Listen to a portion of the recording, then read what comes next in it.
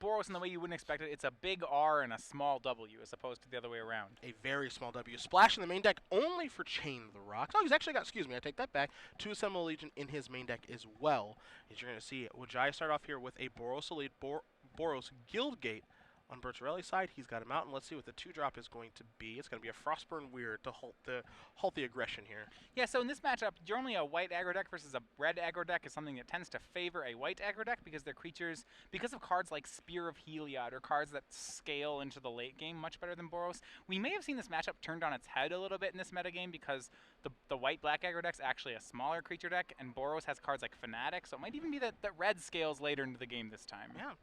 As we see a Godless Shrine coming to play on tap here for Wijaya. 18 Precinct Captain going to pass the turn back. So Frostburn Weird's going to hold up the fort right now. We'll see if Bertorelli has anything interesting to do on his third turn. Of course he has Boros Reckoner in his deck, but he's also got some removal and Chain of the Rocks and Mizium Mortars. And he's got a Singleton Hammer of Perforos to help towards that devotion count. So he's going to start by playing his third land.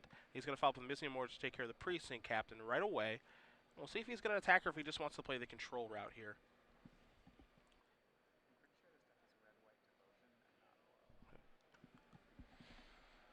And he's considering attacking, and he is. So, across for 1, make it 2 is what Bertorelli is going to do. So Bertorelli has changed his role assessment here. Despite the fact that he had this 1/4 blocker, he's decided to become aggressive against a Boros Elite deck. Yeah, it's a little bit interesting because what that's going to end up doing is making his Fanatics and his Stormbreath Dragons a whole lot better over the course of the game instead of playing defensively and trying to turn the corner. Don't know how well this is going to work out for him as Wijaya is going to attack for 1 and put Bertorelli down to 19, follow that up with an opposing Sovereign and pass the turn back, and that's actually probably going to slow the aggression down a little bit here. Yeah, well, Sovereign will certainly put a stop to the aggression because of the cards you were talking about, Stormbreath Dragons, with, for example, Ash Zealots, cards that are very strong. Now, like, when aggressive draws will be a lot weaker here. We did see that Vidianto is also clear, like, representing a Brave the Elements pretty hard right now. One of the best tricks into the format, really the card that makes these decks work. As Bertorelli is going to start his turn off with a Burning Tree Emissary that's going to come into play tapped. So a red and green mana floating. And now, is he going to follow this up with a removal spell is the question. Yeah, well, there is a Fanatic of Mogus hiding in Bertorelli's hand, so he's got to be more concerned with the defense right now. You know, he doesn't have to use the attack step too much to win. Mortars are going to take down Sovereign. Brave the Elements does not exist, so he's going to attack for 1. He's going to make it 2. So Wijaya is going to move down to 14 and pass the turn back there. Now, he could have run into a Brave the Elements there, but, you know, maybe in a situation where he didn't mind if Brave the Elements got cast, as that's exactly the card that Wijaya draws for the turn. Yeah, I think were it cast there, Bertorelli would be really fine with that trade. His hand is Fanatic of Mogus Stormbreath Dragon, so as soon as he gets 2 more lands, he has to figure that Vidianto's almost dead. That is 9 points of damage already, so he only needs to find 5 more. Banisher Priest is going to come in. It's going to take care of Frostburn Weird. Boros Elite's going to get tough and get in there for 1 damage. Now, Banisher Priest is a card that's really starting to pick up in popularity, and I think one of the reasons that people are moving towards this deck is because that card is so good against mono blue devotion. It's kind of interesting because this card is, you know, it ranges from how good it can be. It can be great in certain matchups. It can be rather poor, blue-white, and that's why I'm looking at you, in others. You know, what are your thoughts on this one? Well, I think when Blake got really popular, a lot of players switched out their Banisher Priests for frontline medics in this deck. That said, I think the Banisher Priest is the card you have to play just because of how good it is in matchups like blue-white, like against the blue devotion deck. You'll lose a whole game to not having a Banisher Priest, whereas frontline medic never really has that level of impact. So, and I think correctly Vidianto has switched back to the Banisher Priests. Orzhov Charm, one of the reasons to splash in this deck is just resolved on a Burning Tree Emissary. And now Mutavolt's going to get active, and into the red zone we go. We'll have a Boros Elite Battalion trigger, so an attack for 3, 4, 5, 6, 7. And now all of a sudden Bertorelli is behind in this one as a third Mutavolt's going to come into play. Because he's got no devotion, man. Yeah, he's lost he's lost all his permanents here. A little unfortunate Fortunately for Bertorelli, he's gotten stuck on lands this game, and he's going to lose most of his life total for it right now. Yeah, and that's a pretty tough thing for his deck to do because he does have 25 lands, but he has not drawn a 4th one, and he has not drawn the most important one or was important. Nykthos, as you've seen, attack here for 3, 4, 5, 6, 7, 8, 9. Bertorelli is going to go down to 2. Wijaya has left up a single white mana, and he actually has Brave the Elements this time.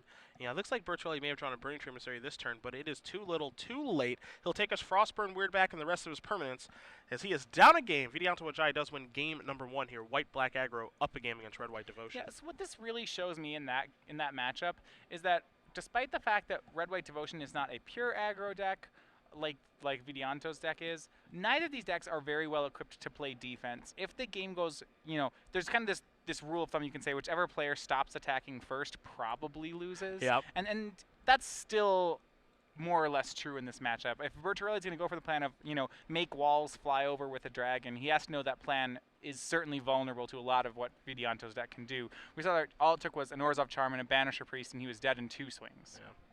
Does not take much to turn the corner. As we'll take a look here at Bertorelli's sideboard first. He is going to that eagerly, so we'll start with him. He's got another Hammer of Porphyros to go with this one in his main deck. 2 Chandra Piremaster, 2 copies of Wear and Tear, 3 Burning Earth, 3 Anger of the Gods, a Porphyros, God of the Forge, 2 copies of Warleader's Helix, and an Aurelius Fury. A lot of interesting cards that we can roll down here, actually. 2 Chandra Piremaster. There's a healthy amount of 1 toughness creatures over there in the old white-black aggro deck, so I like that one. 2 copies of Wear and Tear. Targets for this in Wijaya's deck. He's got Spear of Heliod, but not much outside of that, so those will probably stay. But Anger of the Gods I like a lot, because if there is no Brave the Elements, it's just going to be a Wrath of God in this matchup. Yeah, well, as we saw that he couldn't, Bertorelli couldn't play defense game 1, I'm not sure that that's still true game 2. If you have cards like Warleader's Helix, Anger of the Gods, Chandra's Pyromaster, it's very possible that you can actually become a defensive deck after board. Well, it certainly won't hurt that he has access to Warleader's Helix as well to be able to kill a creature, gain 4 life back, and continue playing that defense before Stormbreath Dragon shows up. And the interesting one here for me, Matthias, is actually Aurelius Fury. Because, I mean, it's obviously a high-impact card when he has Nykthos and a bunch of Devotion, everything's going right. But, is this the matchup where you would really want this kind of card? My guess is no. I think the Aurelius Fury, to me, seems like a weapon to use against green decks. Okay. You can, first of all, green decks tend to be ramp decks, so silencing them on 1 turn actually has some value. Just casting at their face, dealing 1. Also, with cards like Pelucranos or Arbor Colossus, tapping all their creatures is very valuable against a green deck. I don't think... The problem is that to make it a real sweeper against a white-black aggro deck, you probably need to cast it for X = 5, which is an amount of mana that I'm not excited to have to reach in a red-white deck. Yeah. I mean, they can generate it, but it does take some work to get there. It does take work to get there, and I think the hands where you can generate 6 mana, you have like equally game-winning plays that you can make. Sure. Wijaya's side? Well, Wijaya's sideboard is decent here. He can become also more of a control deck. He has access to, for example, 3 Doomblades, which he could be using against Bertorelli's deck. I think he wants to stay on the same game plan, but he wants to maybe make sure that he can push through any walls that Bertorelli might put up there. For example, Frostburn Weird was a card that was very good last game. Yep. A lot of his things, he has an extra Zathard Necromancer that could be used if he wanted, though there's not too much removal in Bertorelli's deck. Other cards are really for other matchups. He has, cards like Thoughtseize, Dark Betrayal, Sin Collector. Clearly not for this matchup. Okay. So probably not too much changes on the white-black aggro side, but I think Bertorelli is going to shift his deck to being the control deck because I just don't think it really benefits him from trying to be the aggro deck in this particular matchup. He's got a lot of defensive tools. As we mentioned, Frostburn Weird, Boros, Reckoner, Stormbreath Dragon can be his corner turner, for lack of a better term. He's also got, again, Chain to the Rocks and Mizzium Mortars as well, and plenty of good sideboard cards. The question is, who does this matchup favor? Because I've seen it go a lot of different ways with red-white Devotion against white-based aggro decks. Sometimes it looks impressive. Sometimes it fumbles around like we just saw in that last game. Well, my general impression would be that it still favors the white aggro deck. I think just with the strategies that both decks are taking, I would rather be playing the white aggro side of it. I think they're both aggro decks, and in this matchup, the white deck gets to be the aggro deck more often. Okay.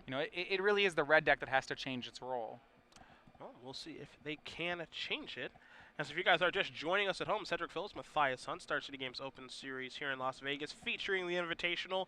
We've got 3 days of Magic for you guys. We're in round 3 of 16 here at the Invitational. We're in the standard portion right now. After round 4, we'll move to the legacy portion for rounds 5 through 8, and then we'll call it quits for today. But we'll be back bright and early tomorrow morning at 9 a.m. to bring you guys more coverage. We'll make our way to a top 8 of the Invitational. Then we'll cut into our standard open. That begins tomorrow at 10 a.m. if you're in the area.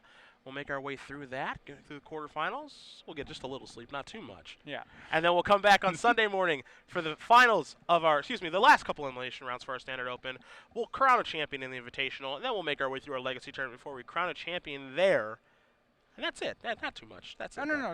Just a little bit of Magic this weekend. Yeah, just 3 tournaments worth of Magic. No big deal. Also, we've made a ton of announcements today. If you guys weren't with us at the top of the broadcast, you can find the announcements made from our president, Pete Hoferling, on the homepage of the Star City Games website.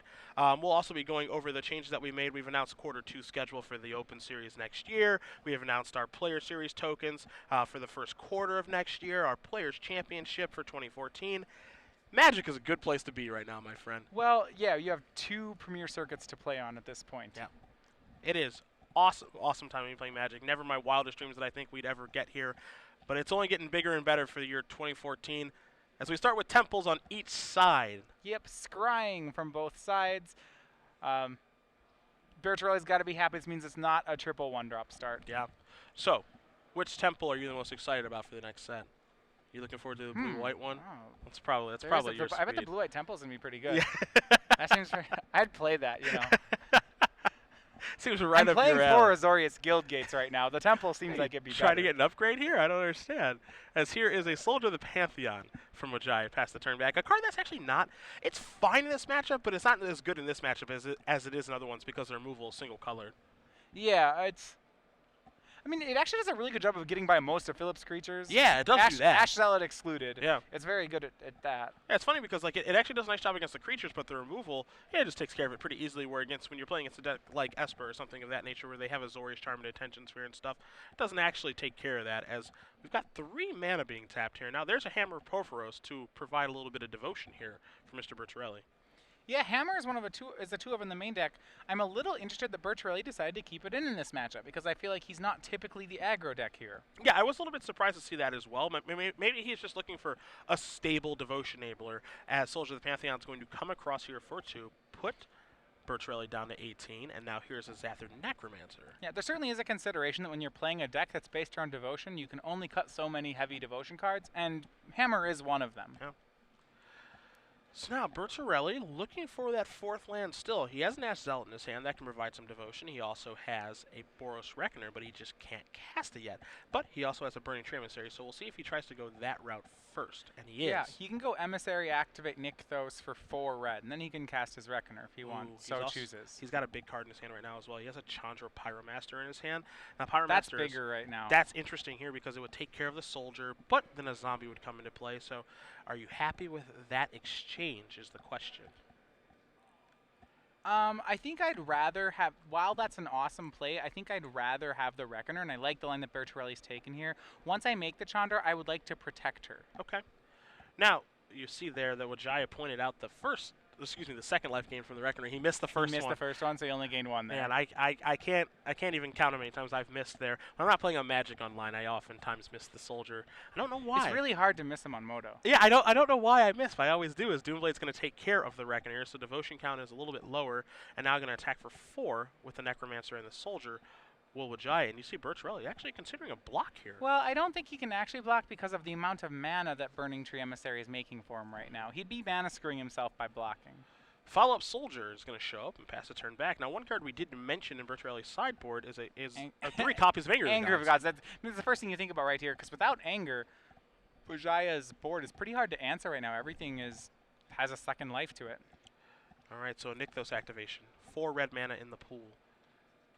What's it going to be? He's got another Reckoner. It's Reckoner or Pyromaster. I think I like what he's doing. He's going to run the Reckoner back here again.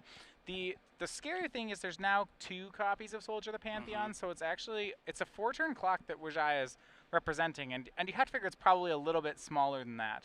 But one of the things I actually like about this white-black aggro deck as opposed to the white-red version that has so much removal. So, you know, if something does show up like a Boros Reckoner that's in the way, and here's a Banisher Priest, something that the white-red deck could play, but they have Borzov Charm and they have Doomblade to get that problematic creature out of the way and just keep doing what this deck does best, which is turn the creature sideways. I mean, how good was that Doomblade last turn, right? Yeah, it was great. Fantastic. So now you see that Bertorelli's going to block, and it looks like he's going to put the Burning Tremor, in front of the Necromancer. I think he's saying, I need to draw Anger of the Gods to get back in this. Yeah, well, if he drew Anger, he wouldn't matter whether or not he made this block. That's true. Anger would exile. However, one of the problems is if he takes all this damage, he'll drop to 8, which is 2 copies of Soldier of the Pantheon hitting. If he makes this trade, what it means is if he draws a land, he can use Chandra to take care of one of the soldiers. Okay. And I think that's what he's going to have to start drawing toward things like that. He needs to start getting resources off the table. So there's the land. So that's a start. Mountain comes into play. Right, so he has the option. He can kill a soldier thanks to Chandra. He does in hand appear to have a Mizium Mortar, so all he really has to do is survive to 6 mana. Now this play's interesting here because he's going to just pass the turn back, so this is threatening a Hammer activation. Now Hammer, don't forget, it makes colorless Golems. Right. It does not make red Golems. And I think that's what he's actually going to try to do here is make a Golem token. That's a line that I don't particularly like here because you just need your mana, so I don't think you can really afford to be sacking your lands. So let's see. You could have Aurelia's... No, Aurelia's Fury wouldn't do anything either. Yeah, it's not very good right now either. Wijaya went to attack. Bertorelli said, 1 second. We're not quite there yet. So he says, okay, that's fine. You can turn your creatures sideways, and Wijaya obliges by turning them all sideways. Now here's 4 mana. So what do we have here? So this is a War Leader's Helix. Okay, War Leader's Helix. Oh, wow. This is an excellent play. It's going to go ahead and first... Well, it would have been an excellent play had Vidianto not had a Brave the Elements. So Banisher Priest was going to try to get killed by War Leader's Helix, but Brave the Elements, showing exactly how powerful it can be, giving protection from red or white. I'll guess red. Makes it so the Banisher Priest does not die. 21-2 is a life total here, and we don't know if Wijaya has another copy of Brave Elements in his hand. Could be 23-2. That was a gold spell. Ooh, that's true. Missed it. They always do. I'm not the only one. I'm not the only one. Now, you could say that it looks bad that Bertorelli went for the Helix on the white creature as opposed to taking out the zombie. He would have had a guaranteed gain of 6. I actually really like how he played that there because had Vidianto... Like, if Vidianto still has the Brave, you're right that he wouldn't be able to Brave and save his guy, but then he'd be able to Brave to deal 6. Like, I don't think Bertorelli can beat the Brave, so it's best for him to take the greediest line. Sure. Which would be to kill the Banisher Priest, get your Reckoner, put Reckoner on zombie token. Yeah. If everything's got to work out, you got to try to get there. Here's a Burning Tremor trigger, gonna add a little more devotion. So now here's an activation. Yeah, he has potentially 5 mana. That's not enough to overload the mortars in his hand, though. I actually like one more. If he had a land, it would be disgusting. I actually kind of like this play here too from Wijaya because Wijaya is with the Burning Tremissary's trigger on the stack. He's saying 1 second. Oh, he's gonna Doomblade it. Yeah, because I think he wants to Doomblade this.